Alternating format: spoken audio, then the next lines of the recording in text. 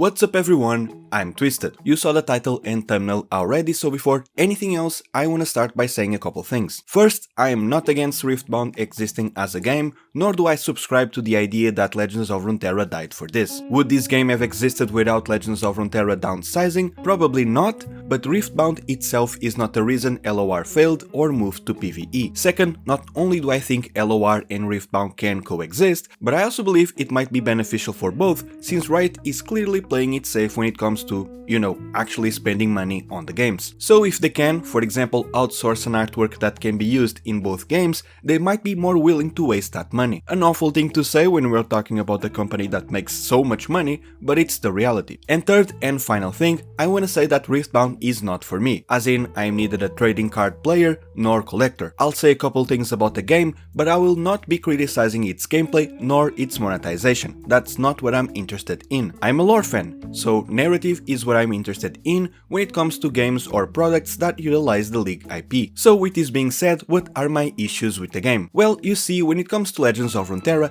I was also not a card game player. Hell, I usually don't even play these slower strategy focused games that much. I might try them, but I rarely play more than a couple hours. But at the time I really liked League of Legends and I really liked the universe, the characters and the stories. And ultimately, that's what got me hooked on LOR. Sure, I ended up liking the gameplay, but it alone wouldn't have been enough for me to check out the game, nor to stick with it for so many years. But so what's the problem? Riftbound is literally reusing assets from Legends of Runeterra and League of Legends. Shouldn't that be enough? Well, not quite. When creating new cards, the devs from LOR had a very similar philosophy to the devs from League. When creating a new champion in League, the devs focus on three core pillars, which they call DNA: design, narrative and art. The gameplay, the story and the visuals. And when designing cards, LOR devs did the same. In League, gameplay usually takes priority, it's a video game after all, but sometimes this priority causes dissonance with the other pillars. Belveth is a good example of this. In LOR, gameplay also took priority, but in most cases, the art and narrative of a card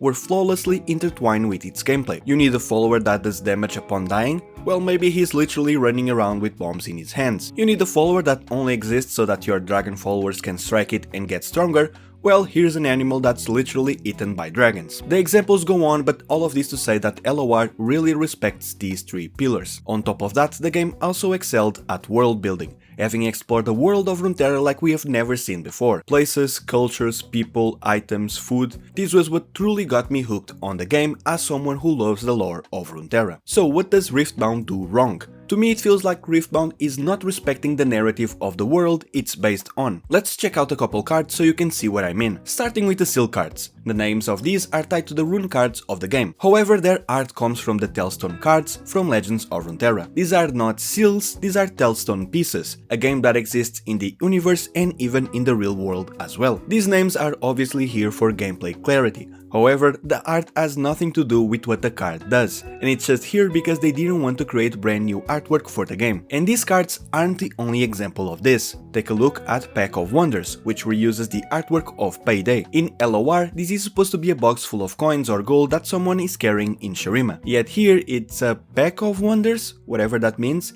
and it even has a quote from Timu for some reason. And in what world is this a Windwall? Like, come on. And this is something Riftbound does a lot. Gameplay comes first, then they get an artwork that loosely fits it if at all, and then the flavor is either tied to the gameplay without regarding the artwork or worse. The ludonarrative dissonance is sometimes absurd, but we'll get back to this in a second. Before that, let's check out something minor but still confusing. Take a look at Deadbloom Predator. This artwork is a slightly modified version of the art from Deadbloom Wanderer in LOR. But why the small name change? I really have no idea, but this isn't the only one. Carnivorous Snapvine, Overgrown Snapvine, Blessed Confey, Blessed Con Seedling, Watchful Sentry, Avarosan Sentry, Defy, Deny, Herald of Scales, Herald of Dragons, Clockwork Curator, Clockwork Keeper, Ravenbloom Student, Manasoul Student. These changes are so minor that I don't even know why they exist. But not all name changes are this insignificant. Some are a bit more disappointing. Does the Solari Chief look familiar? It should, because this is Ravun, the Daylight Spear. Why did they change his name? I have no idea. I can speculate, for example, maybe they didn't want units to have names. to better distinguish them from champions. But then Citra and Katarine exist, so why is Ravun not Ravun? Rond is just a magma worm, Smash and Dash sure are a dangerous duo, and Mr. Thrift is a garbage grabber, I guess, and Alaris is a harnessed dragon. Alaris, whose story is about peaceful coexistence between humans and dragons, is reduced to a dragon that was tamed? This was wrong. And this is a good segue to my last point, which are that cards seem to have been written by someone who is not super familiar with the lore of the cards from LOR, or again, that gameplay took priority and the flavor was changed accordingly. For example, Zane in LOR is known as the Sting Officer, while in Riftbound he's known as the Undercover Agent. His flavor in Riftbound says even he no longer knew which side he worked for, which has nothing to do with his lore in LOR. There we learn that after losing his brother to yet another senseless gang crime, he committed himself to Piltover enforcement, hoping reason and law would make his home finally safe. Nothing about him being a double agent. In fact, in his artwork we see him with the Piltover armor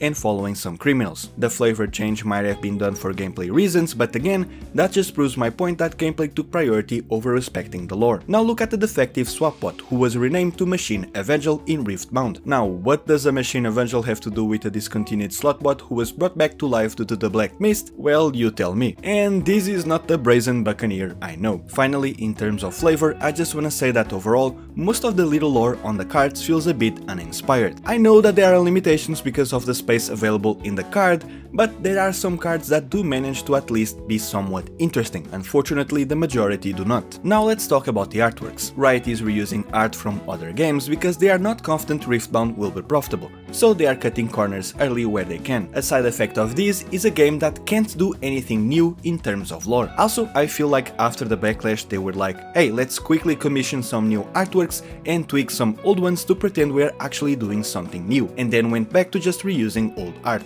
Like sure, some of the legend cards have new art, but then you have Dead Bloom Predator, which seems to be one, if not the only card whose artwork was heavily tweaked for this game. And guess what? It was also one of the first cards they showed up when revealing the new layout. Sure, maybe this is a higher rarity or whatever, but it still feels incredibly misleading to show this card alongside the new layouts for the game. They are not putting this much effort anywhere else. Out of all the cards, not counting runes or alternate versions of the same card, there are only around 7 or so new artworks. The rest are either reused art from League or Wild Rift, artworks of LOR cards, or promo art for the games. And I won't lie, some of the LOR artworks were not made with this format in mind, and because of that they don't really look that good here. But as I was saying, since this is all reused art, it's impossible for Riftbound to explore new lore in any significant way. And even when it comes to showing the lore that already exists, Riftbound again managed to miss the mark. I already gave you some examples of that, but there's also the fact that the default art of the Arcane champions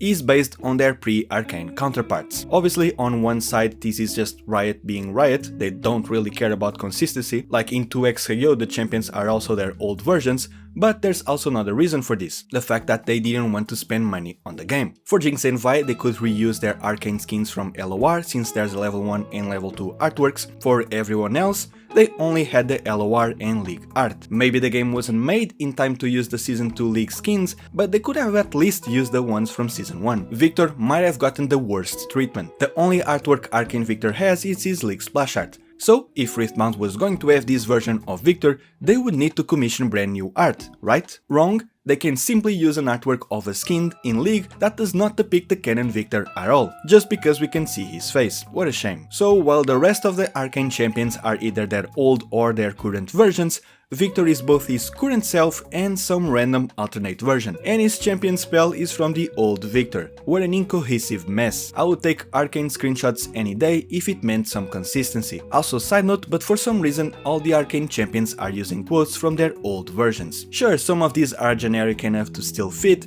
but it's really hard for me to read Victor's line and not hear his old voice in my head. And another side tangent, but the credits on the cards are terrible. League splash team? Sure, but what about the main artist who worked on the splash art? Wild Rift? Really? Come on. I understand that it's a lot of work to properly credit everyone, especially when most of the art is outsourced, but I think at least we can do better than just Wild Rift. To end this video, I wanna say that I don't think Riftbound reusing art is the issue. Don't get me wrong, it is an issue. The billion-dollar company just wants to be cheap and not put that much effort in a new product because they don't wanna risk losing money. And thus, the game can't explore new narratives in any capacity. But the narrative it is exploring, or at least showcasing, well, it could be better. While reusing assets, they could have respected the narrative a bit more. Would this be interesting to me? No, not at all, it's just stuff we already seen before, but being cohesive and consistent with what came prior should be the bare minimum. I understand that lore is not a priority of Riftbound right now, but I'm still disappointed. I hope Riftbound improves on all the things I mentioned in this video,